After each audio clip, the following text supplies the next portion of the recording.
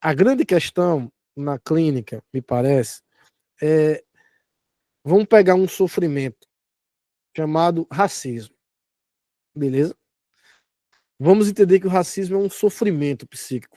Ou seja, o racismo é uma fonte de sofrimento. Ele provoca dano ao sujeito. Beleza, André?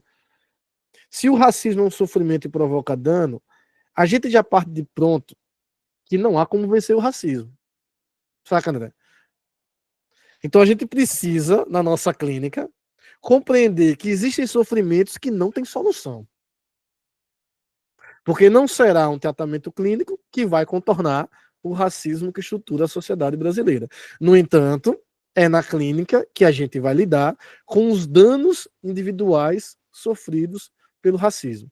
Estou lhe fazendo essa provocação, André, porque o racismo ele vai instaurar a desesperança no dispositivo clínico.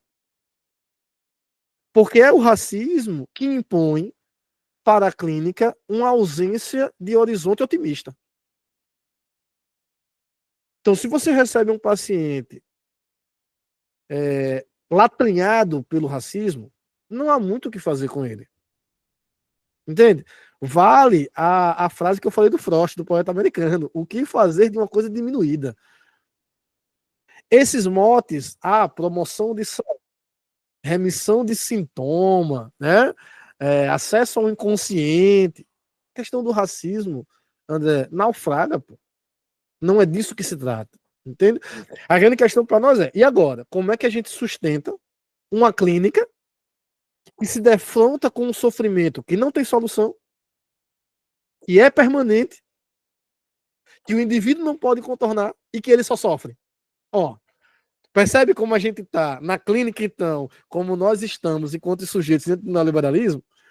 A grande questão que eu acho, André, e aí eu faço uma crítica muito frontal à clínica, sobretudo psicanalítica, né, que é o que faz a minha cabeça também, né, mas posso fazer a fenomenológica, a TCC, a Gestalt, é que infelizmente a clínica, ela sempre foi muito branca, né?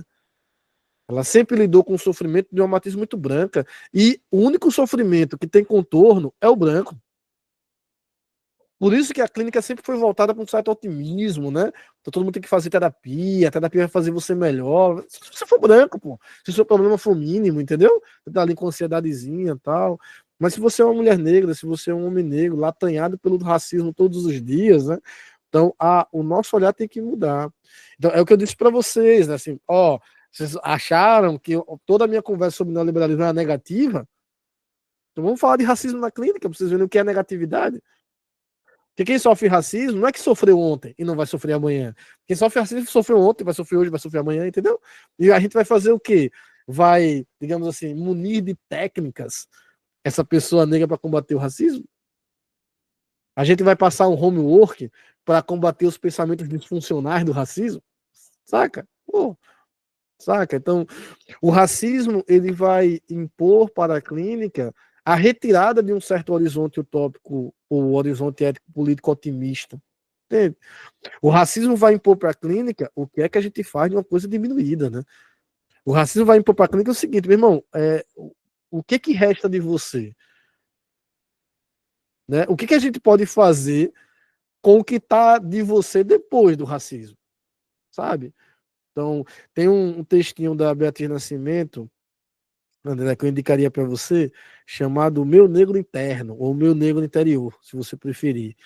A Beatriz Nascimento conta da relação dela com o terapeuta, dela dizendo que o terapeuta disse para ela que antes do racismo ela tinha um negro interior e que esse negro interior ela abafava, né? Ela não deixava falar, sabe?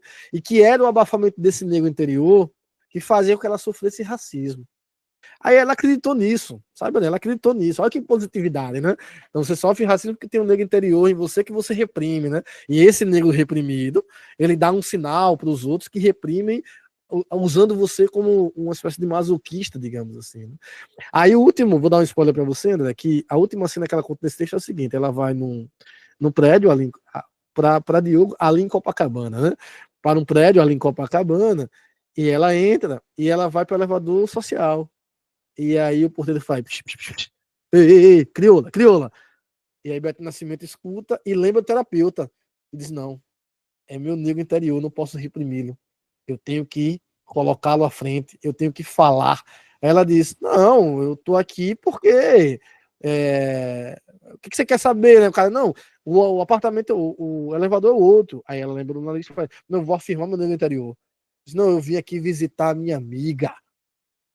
Eu não vou pelo elevador de serviço.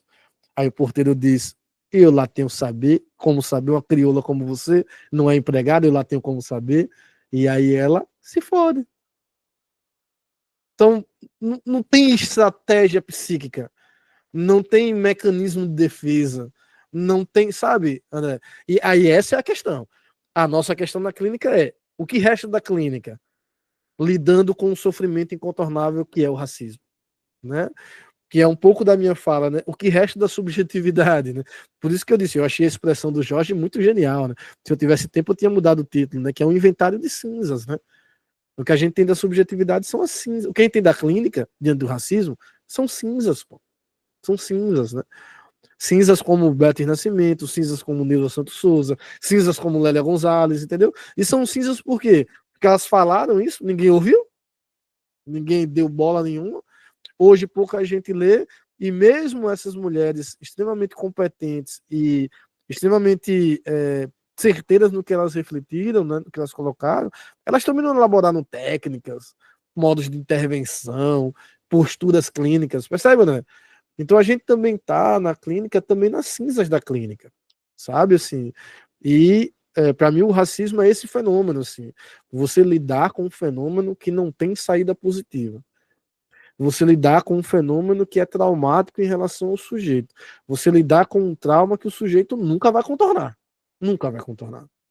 Isso é afirmado pela Lélia, pela Beatriz Nascimento, pela Nilza Santos Souza, pela Isodia Batista, pelo Franz Fanon. Entende?